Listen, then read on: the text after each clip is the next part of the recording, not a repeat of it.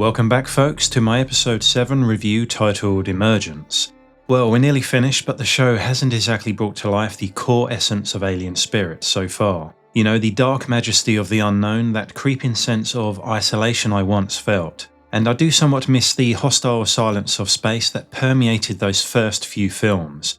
Even though I've enjoyed roughly half of the series, there is still a fundamental problem in the show that, unfortunately, is more noticeable when it tries to be Alien. Otherwise, if it didn't have anything to do with the franchise, i.e. remove the Xeno and keep the other aliens, I think I would appreciate the story much more, despite the occasional eye rolling from time to time. I had decided that these remaining 2 episodes would therefore be the deciding factor, not only in how this series concludes, but also my overall thoughts on the show. In other words, will it go out in a spectacular fashion, and will I have any desire or excitement for the next series? This episode begins where the last one left off, as Slightly strives to meet Morrow's demands in the hopes of saving his family. He now safeguards both the body of Arthur and the highly sought after prize now gestating within, until he can move to the transfer location. Smee, having sensed something was wrong, decides to intrude and now gets caught up in the mix. I find it odd that Smee's intuition alerting him to check on Slightly is just about the only halfway decent act of vigilance in this whole facility. The personnel, lab security and due diligence on the part of the top-ranking officials in Prodigy have been abysmally inadequate. How can someone so wealthy who is referred to as Boy Genius care so little about his company's stability, and show so much disregard for the importance of locking down and researching some of the galaxy's most highly evolved killers? I'm sure if the 2 hybrids simply strolled out of the facility with Arthur dangling between them, probably no one would notice. The place is called Neverland, and to be honest, it sometimes does feel like a fantasy. Where is the overabundance of security staff and surveillance that should be present? Where are the shareholders of Prodigy that Boy K would be trying to appease? It's very much one individual's quest to self-serve, and everyone else is just servants or cannon fodder, which is certainly a far cry from the scope of the corporate entities that were established in the original films, whether it be civilian, military or corporate. This was all easier to swallow and considerably more grounded back then, even though it was set in space. As I watched this once majestic horror of evolution's aberration, flesh wrought into machinery, the biomechanical terror conceived in the wonderful mind of Hans Giger, being pushed, prodded, and even fed Mountain Dew from a straw, I just thought to myself, the fear has well and truly gone and is never coming back, I'm afraid. Then again, I keep having to remind myself that the Xenomorph seems to be more of an afterthought in a show called Alien Earth, a distraction from the real theme of the show: identity, consciousness, what it means to be human, and the danger of playing God. Great. But it's not all bad news and mixed feelings. As Kersh, a small cleanup crew, and Boy K arrive at the lab in disarray, I was keen to see if Prodigy's CEO and founder would catch on to his android's extracurricular activities. Kersh has alluded to me so far regarding his intentions, but it's very clear that he is the orchestrator and architect behind so much of what has happened since the crash, much of which appears to be unknown to Boy K himself. Maybe it's part of Boy's egotistical nature not to involve himself with the inner workings and daily routines of Neverland. Or maybe he simply has full trust in Kersh, believing him to be a program that will only serve its master. But who is his true master? Could it be Miss Yutani, perhaps? Himself? Or a so far unseen threat, not quite ready to reveal itself? Not much surprises me in the show anymore, but I was a little shocked to discover that nobody seemed to know that the flies could vomit a potent acid and digest their food externally. Kersh even remarks that organic matter must have been scarce in their world, so they eat mostly minerals. He no doubt has absorbed every piece of information about these species from the Maginot database. So could he have used this info against Prodigy by not revealing all of the findings extracted from the crashed ship? In any case, it's one head of a lucky coincidence that both the cells and the mobile containers used by the security to collect the flies seem to be constructed with acid-resistant materials, right? What a fluke. I do, however, appreciate the focus on T. Ocellus in this slow, deliberate unravelling of the mysteries of its intellect. Boy K gleams with excitement upon learning how it was that Tootles became trapped and who was responsible for his stumble in the moment. Throughout the show, this young corporate boss has appeared impulsive and emotionally unfinished, shall we say. However, he has demonstrated a sort of obsessive brilliance which provides us with some clues as to how he has achieved his success. As he looks on in wonder at the calculating actions of T. Ocellus, he does reveal something that resembles traits seen in obsessive-compulsive or autism spectrum tendencies, where hyperfocus on a single subject can override broader social awareness. In this case, perhaps his failure and possible downfall lay in the neglect of the multiple of small or sometimes significant matters that occurred within the facility, which could explain Kersh's role a little more.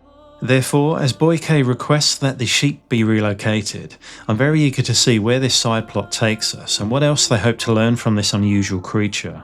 I wonder if it contains a database of knowledge collected from numerous organisms after merging with them, much like how people perceive the creature in John Carpenter's The Thing to have functioned. However, things fall apart for our pajama-clad genius, as Wendy storms in and absorbs the wreckage his choices have left behind. She insists the others must be warned, and Boy K, who needs her to unravel the Xenomorph's mysteries, realizes, powerless, that he can neither stop nor command her. She leaves them with a small demonstration of her connection to the bioweapon, which is received loud and clear. With this new fracture right down the delicate line of hybrid synthetics and humans made official, not only does it feel like the brakes have suddenly been released in this story, but for me, Wendy has graduated from a bland persona to someone I may begin rooting for as she steps up her game. As Wendy attempts to rally the troops, not all can comprehend the reality of the situation, and one even wishes to remain in the fantasy world of Neverland, with a promise not to inform Boy K of their plan to escape, that is. As I began to wonder when the early reveal of Wendy's networking abilities would make her return, she now faces a crucial and adult decision that could end the lives of many somewhat innocent prodigy employees, starting from within the lab. We all knew that the Xenomorph's escape was fast approaching, but it was the early teaser trailers that gave me some hope of a fast and ferocious series of attacks that might alleviate some of the grievances I had regarding the portrayal of early Xeno encounters in the show.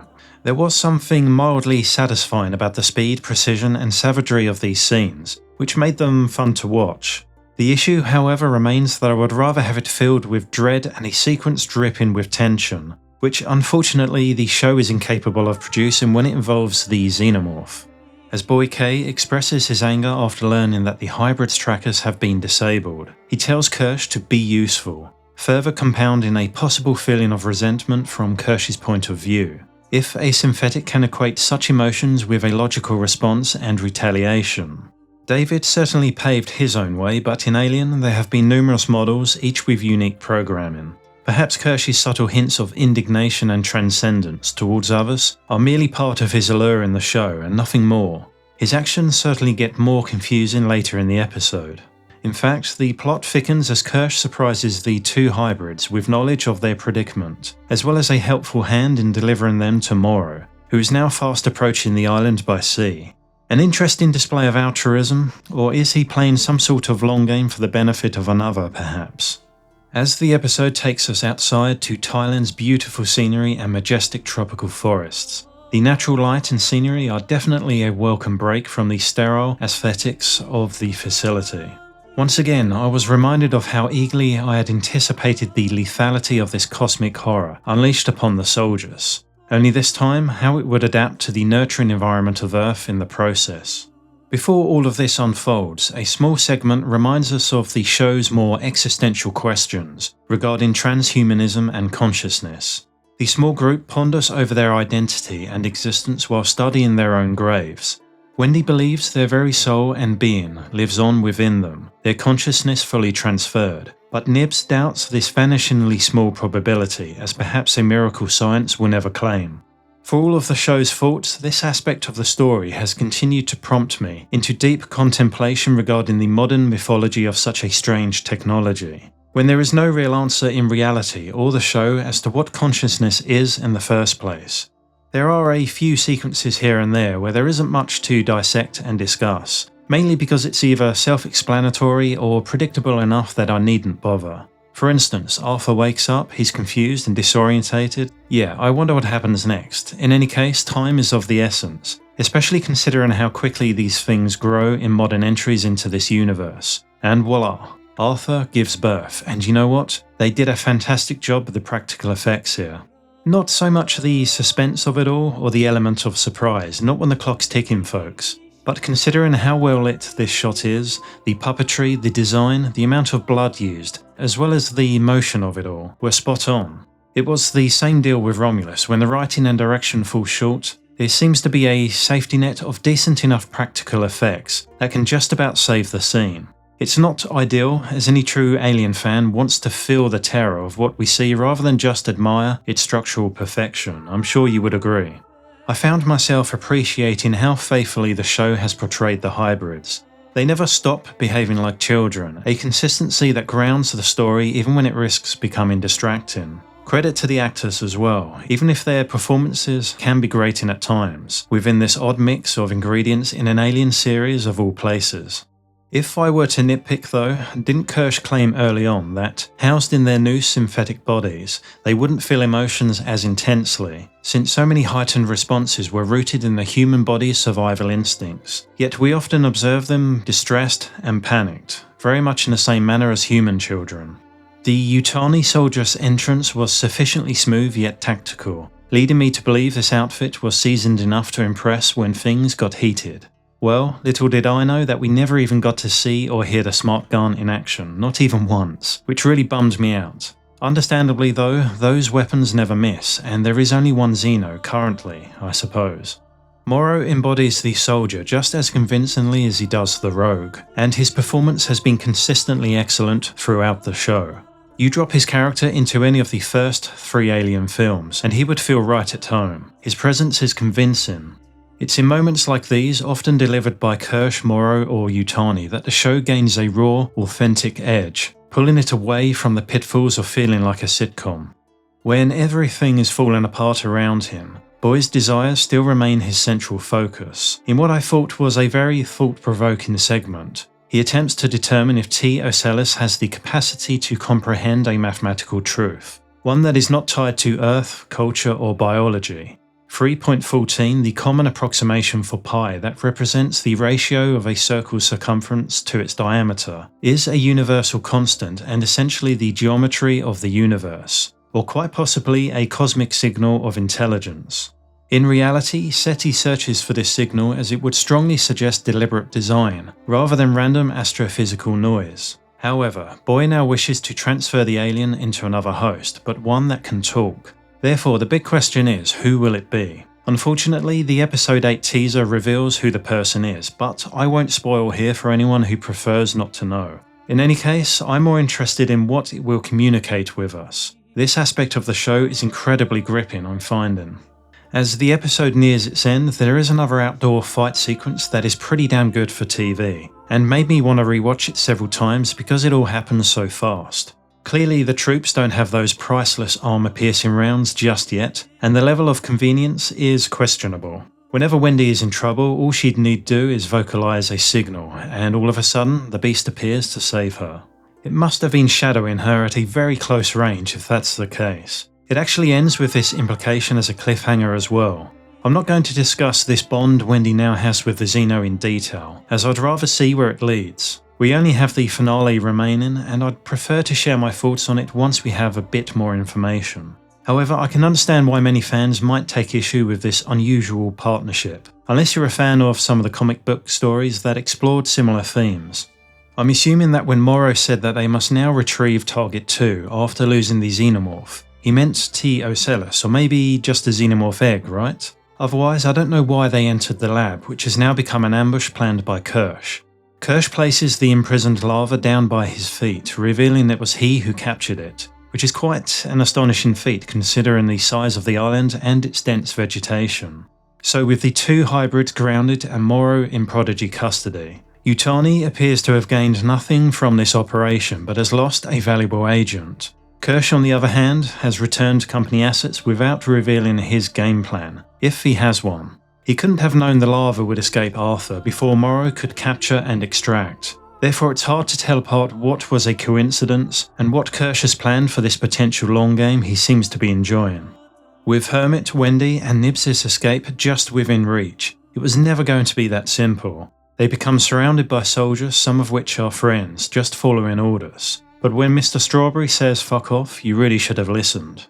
Wendy gives the call to her pet, but Hermit cannot commit to what needs to be done in order to leave this dreaded island. In fact, he saves the situation and quite possibly Wendy from a further escalation of violence by disabling Nibs, but in his sister's eyes betraying her. I can now see this fight being taken back to the facility in what I hope will be a great final episode. Without sharing the spoiler in episode 8 for whom Ocellus may use as a new host, there were some other exciting snippets of things to look forward to. In one shot, although many believe it is the plant creature moving fast, I think this actually is a whole new species that may be part of a mass exodus of every species when all containment fails. Wouldn't that be fun, as we know there are many more in storage? If so, I hope we get to see the enormous specimen that was teased early on, with its size and weight listed on screen, remember? Kersh gets weaponized and Boy K appears vulnerable in one shot. God, I hope it ends with a bang, as it's only going to be 47 minutes long, so it needs to be intense. Thanks for tuning in, people. See you for the finale. Signing off.